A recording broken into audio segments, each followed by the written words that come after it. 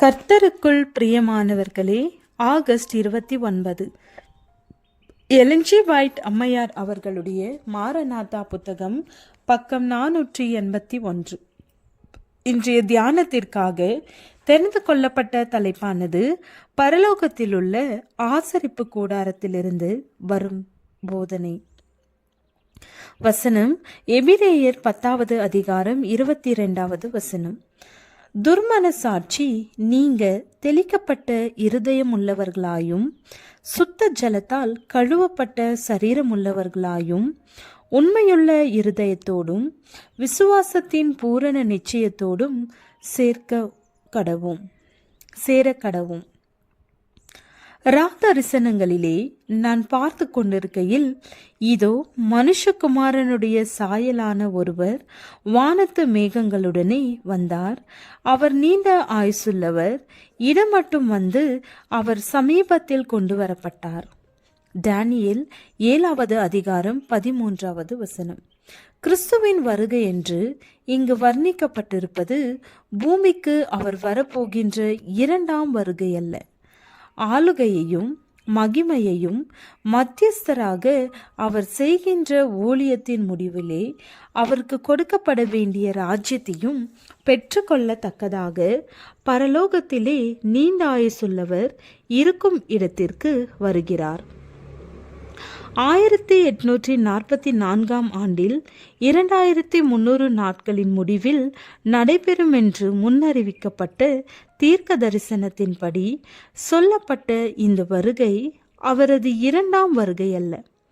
பரலோக தூதர்கள் புடைசூழ நமது மகா பிரதான ஆசிரியர் மகா பரிசுத்த ஸ்தலத்திற்குள் பிரவேசித்து தேவ சமூகத்திலே அவருக்கு முன் நிற்கிறார்.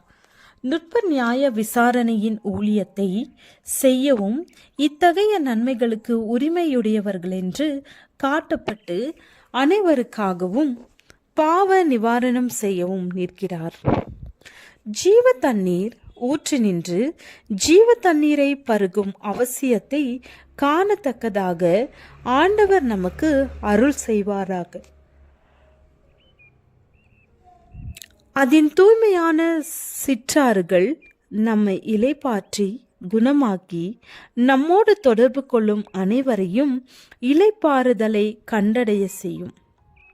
ஆம், தேவனுடைய ஆவியானவரால் இருதயங்கள் அடக்கி ஆளப்படுமானால் எவ்வளவு நன்றாக இருக்கும். தேவனுடைய மகிமையை மாத்திரமே கண்கள் காணுமானால் பரலோகத்தின் எத்தகைய ஒளி வெள்ளம் ஆத்மாவின் மீது பொழியப்படும். ஒரு பொழுதும் எந்த மனிதனும் பேசாத அத்தகைய மென்மையான தன்மையில் பேசிய அவர் பூமியிலே ஒரு கல்வியாளர். அவரது உயிர் தெழுதலிற்கு பிறகு எம்மா ஊருக்கு பயணித்து கொண்டிருந்த தனிமையில் ஏமாற்றத்தோடு வாடியிருந்த சீடர்களுக்கும் மேலறையில் கூடியிருந்த அனைவருக்கும் அவர் ஒரு ஆசிரியராக இருந்தார்.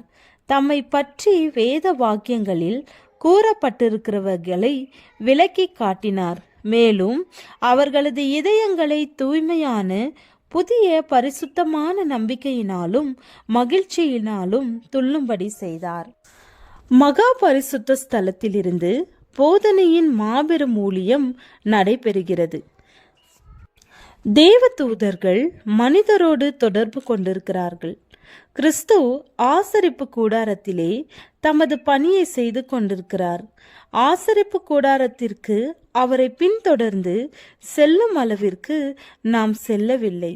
மனிதர்களின் இருதயங்களிலே கிறிஸ்துவும் அவரது தூதர்களும் பணி செய்கிறார்கள். பரலோகத்தில் இருக்கிற சபை பூலோகத்தில் உள்ள சபையோடு இணைந்து பூலோகத்திலே நல்ல போராட்டத்தை போராடி கொண்டிருக்கிறது. பரலோகத்தில் ஆசரிப்பு கூடாரத்தை கிறிஸ்து சுத்திகரித்து கொண்டிருப்பதற்கு இசைவாக பூமியிலும் ஆன்மா தூய்மைப்படுத்தப்படும் வேலை நடந்து கொண்டிருக்க வேண்டும். நமது மகா பிரதான ஆசிரியர் பணி செய்து கொண்டிருக்கும் அந்த பரலோக ஆசரிப்பு கூடாரத்தின் மீது இப்பொழுது தேவனுடைய மக்கள் தங்களது கவனத்தை பதித்து வைத்திருக்க வேண்டும். ஜெபம். பிதாவே, நாங்கள் உம்மை விசுவாசித்து நீர் தந்த வாக்குறுதிகளுக்கு பங்குதாரராய் மாற எங்களை பக்குவப்படுத்தும். ஆமென்.